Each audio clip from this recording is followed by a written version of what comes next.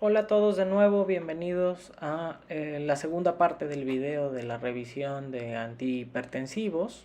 Vamos a revisar acerca de la terapia dual, la intensificación. Vamos a revisar también la calculadora de riesgo cardiovascular y cómo los algoritmos normativos nos dictaminan el intensificar el tratamiento y en qué pacientes. Entonces vamos a dar paso al siguiente video. Y para quienes llegaron por el canal, vamos a dejar aquí arribita, a la derecha va a abrirse una sugerencia donde pueden encontrar la primera parte para ponerse al corriente. Vamos a pasar a la diapositiva y vamos a ver que muchos de los pacientes, más allá de las cifras de las tensiones, tienen bastante más adherencia terapéutica con el uso de fármacos combinados. Y también vamos a darnos cuenta que ya aterrizando con las cifras de presión arterial, el control es mucho mayor y los efectos secundarios pues no son de importancia. Entonces aquí en la gráfica vamos a ver que la línea sin puntear, la línea recta, continua, nos va a marcar el grupo de pacientes que estaban en monoterapia, el grupo de pacientes que estaba en combinación libre y separada y el grupo de pacientes que estaba en un esquema de terapia dual, pero con combinaciones en una sola píldora. Entonces, al revisarlo es bien importante que recordemos en la parte de acá venía que era una diferencia significativa, la dichosa P menor a 0,01 que revisamos en el video de inhibidores de sodio glucosa, que nos da que la diferencia es significativa entre un esquema y el otro. Si leemos el estudio a profundidad, bueno, encontramos que obviamente debemos continuar individualizando a nuestros pacientes y que si hemos alcanzado el control, quizás habrá que ver si vale la pena intensificar. En este caso la evaluación fue de inicio, no es un paciente que hayan intensificado el tratamiento, sino es inicialmente quién se controló mejor. Aquí vemos que alcanzan casi después de un año de control el 60% mejor de control otros pacientes que tienen terapia dual que la monoterapia. Entonces la tasa de fracaso en nuestros pacientes hipertensivos está por el 40%. ¿Sale? La siguiente diapositiva nos habla también acerca de las intervenciones que podemos hacer para que nuestros pacientes se beneficien en cuanto a adherencia. En este caso ya no enfocándonos a su control en meta y en cifras de presiones sistólicas y diastólicas, pero sí en otras intervenciones que se pueden realizar. Se han hecho evaluaciones de muchas variables, de si la terapia cognitivo-conductual, de si la educación al paciente, de montones de cosas. En este caso, esta revisión sistemática nuevamente de la biblioteca de Cochrane, que es una de las revisoras sistemáticas del mundo más famosas, es británica y es obviamente de las de excelencia, digamos, la cual genera, pues, basado en evidencia, estas recomendaciones. Y en esta revisión de ellos encontramos que la simplificación de las dosis o de los regímenes de tratamiento farmacológico van a favorecer hasta en un 20%, casi 8 al 19.6% a nuestros pacientes. Entonces los van a beneficiar en que hagan mayor adherencia terapéutica, y esto se traduce en español en que, pues, si al final le doy menos tabletas a mi paciente con medicamentos combinados, en este caso que la terapia dual ya sabemos que beneficia de por sí a la enfermedad, ¿no? Entonces un medicamento combinado en una sola tabletita y en la noche, pues nos va a favorecer realmente comparado con las prácticas que normalmente pues solemos desarrollar en nuestros pacientes. Revisar también otra de las variables que se ha estudiado es el tamaño de las tabletas, y vemos aquí que si las tabletas están más allá de los 2.1 centímetros empieza a caer la adherencia de nuestros pacientes. Esto es un estudio japonés. Los japoneses tienen bastantes estudios en cuanto a esta rama farmacéutica, pero hay pocos datos a profundidad en otros esfuerzos industriales, como en países con industria farmacéutica tan importante como Estados Unidos no hay casi datos. Pero bueno, este estudio es reciente, es del 2020, y vamos a encontrar nuevamente que simplificar los esquemas, hacerlos con tabletas menores a los 21 milímetros. El diseño de las tabletas a futuro debe ser enfocado en que pues vamos a tener mayor cantidad de pacientes adultos mayores que tienen ciertas dificultades para tragar, y que al mismo tiempo pues este corte de medida de tabletas pues también les ayuda. Entonces de hecho parte de lo que se evalúa en este estudio fue que después de esto empezaban a reportar los pacientes por sí solos la eventualidad o la dificultad, y empezaba por ende a caer la adherencia terapéutica. Todas estas intervenciones, tanto la anterior como esta que revisamos, tienen mayor grado de evidencia en lo que se encuentra bibliográficamente en enfermedades crónicas no transmisibles, en dislipidemias, en hipertensión, algunos casos de diabetes. Entonces, pues digamos que esta área es pionera en la generación de este tipo de estudios y en empezar a ver qué otras cosas tenemos que hacer para que pues nuestros pacientes que están teniendo difícil control entren en control. Entonces recordar 21 milímetros van a ser el corte, y la ventaja ahorita por ejemplo tocando el tema de que llegó esta combinación de indapamida con perindopril, las tabletitas son muy chiquitas, entonces muchas veces esto favorece, dado la evidencia que tenemos, a que nuestro paciente tenga mayor adherencia.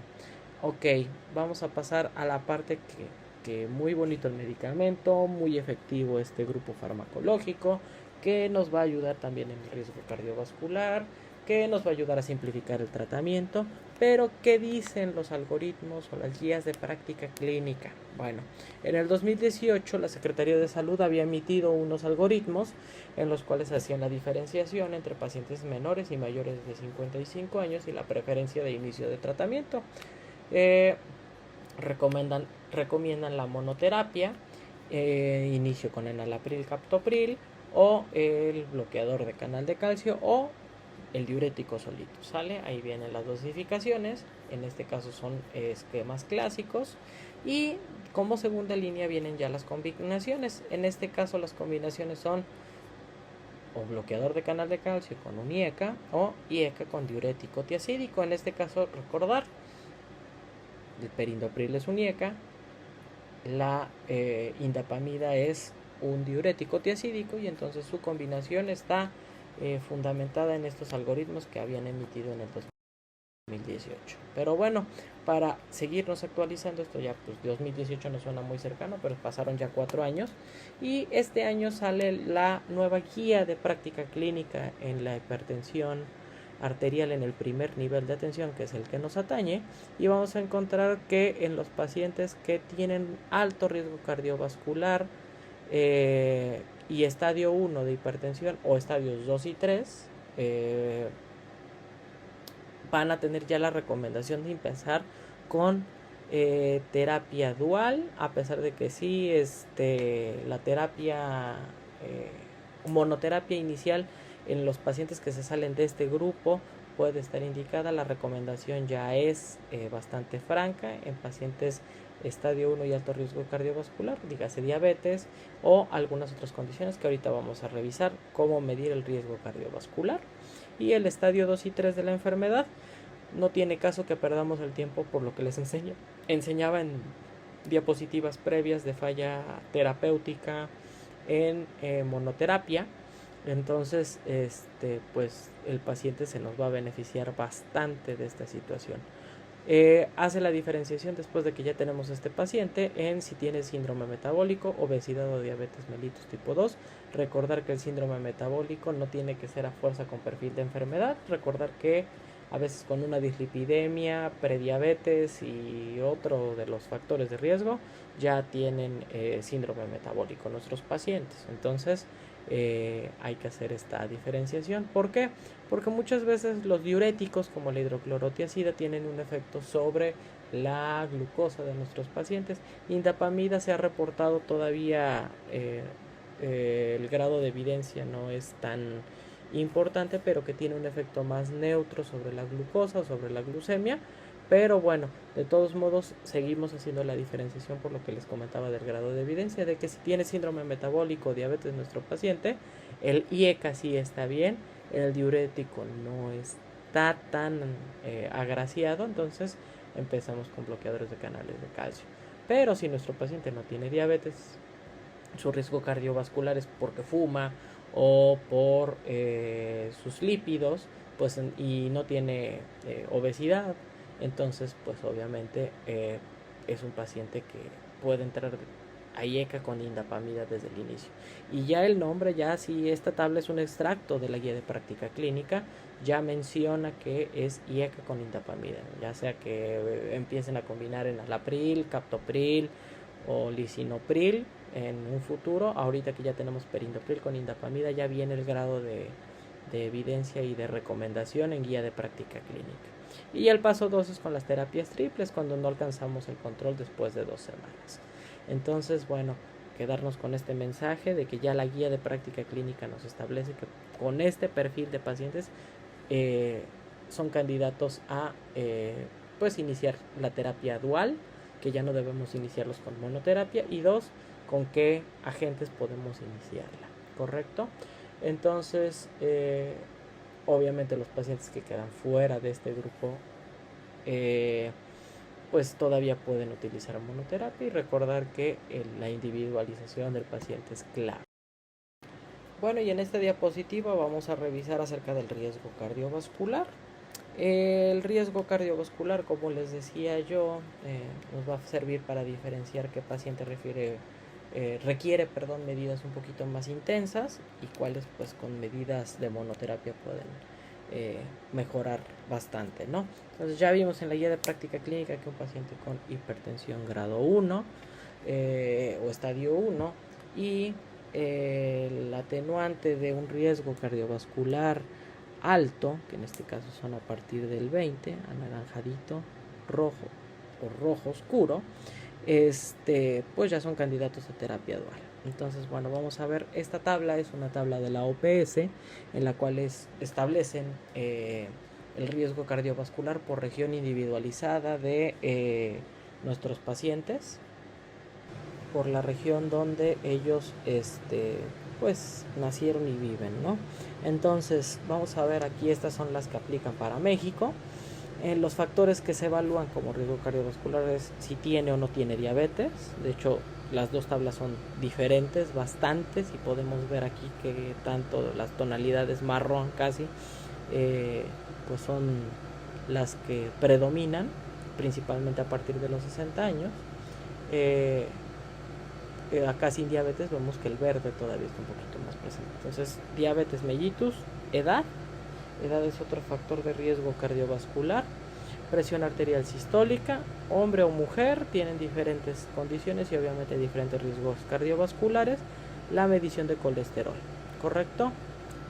Y obviamente pues vamos a gratificar según el caso de nuestros pacientes. Lo importante de aquí, dado que ahorita vamos a ver que allá hay una calculadora que nos evita pegarnos esto y estar revisando cada caso de cada paciente en el consultorio, lo importante de aquí es ver obviamente que ya hay pacientes con riesgo cardiovascular alto, sin diabetes, jóvenes, con presión arterial de estadio 1, que lo único que tienen es el colesterol en 8, que en este caso son como 300 miligramos sobre decilitro, 308 me parece.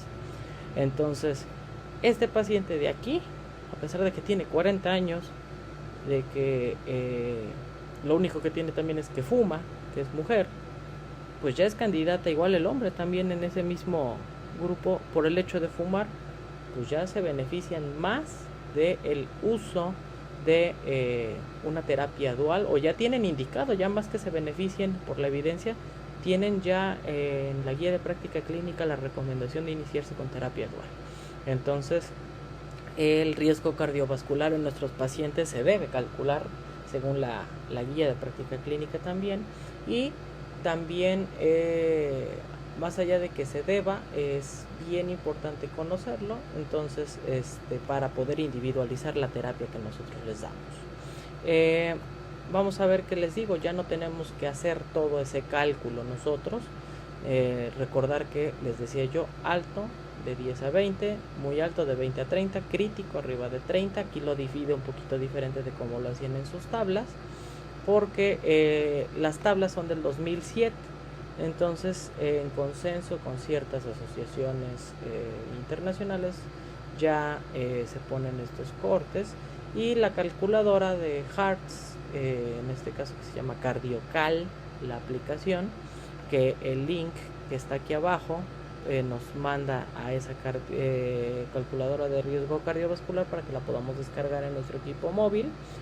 Se las voy a dejar igual en la descripción o en un comentario acá abajo en el video, para que ustedes la puedan descargar y se eviten el tener la tablita que mostramos previamente pegada en su consultorio, y se facilite la revisión del riesgo cardiovascular de nuestros pacientes. ¿Sale? Entonces, pues esta herramienta no nada más es para equipos móviles. Si nosotros entramos en el enlace, también la computadora de nuestro centro de salud con internet nos va a poder hacer este cálculo. Nada más nos va a pedir de qué región son nuestros pacientes. En este caso, para México había México Norte y México Sur. Las características de nuestra población son más de México Sur, son las que tenemos que poner.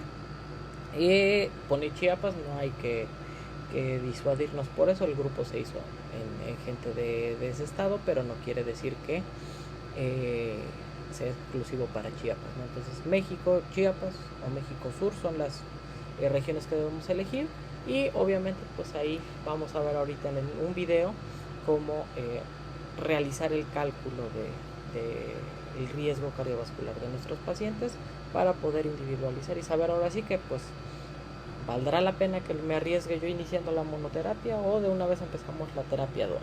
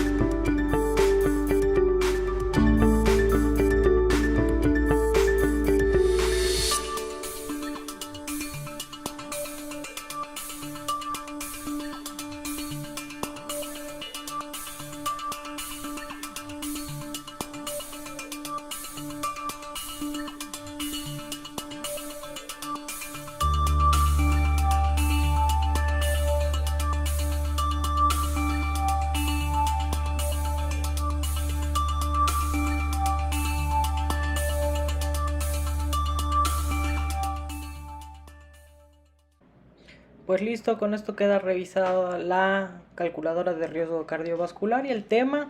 Espero sea de su agrado el video, que estuvo bastante extenso, pero bueno, vamos a continuar con las actividades de capacitación, y pues agradecemos su paciencia y su visita por aquí.